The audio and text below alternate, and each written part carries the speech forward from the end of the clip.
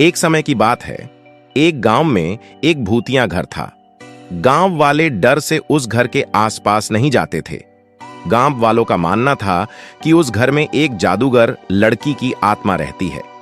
एक दिन गांव के कुछ साहसी बच्चे उस भूतिया घर में जाने का और उस घर में घूमने का फैसला किया।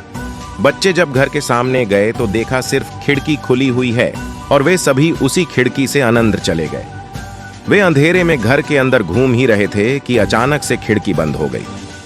यह देखकर सारे बच्चे डर गए। अचानक से वह लड़की का भूत बच्चों के सामने आया और जोर जोर से हंसने लगा और कहा कि अब तुम सब मेरी बंदी हो, मैं किसी को जिंदा नहीं छोड़ूंगी।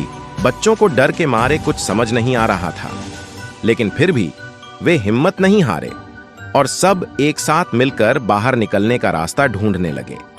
ढूंढते ढूंढते एक बच्चे को एक पुरानी किताब मिली, जो कि एक जादुई किताब थी, और उस किताब में एक जादुई मंत्र लिखा था जिसके उच्चारण करने से वह भूत घर से दूर भाग सकता है। बच्चों ने मिलकर उस मंत्र को पढ़ना शुरू किया। अचानक से एक रोशनी घर के अंदर आई और उस भूत को साथ ले गई।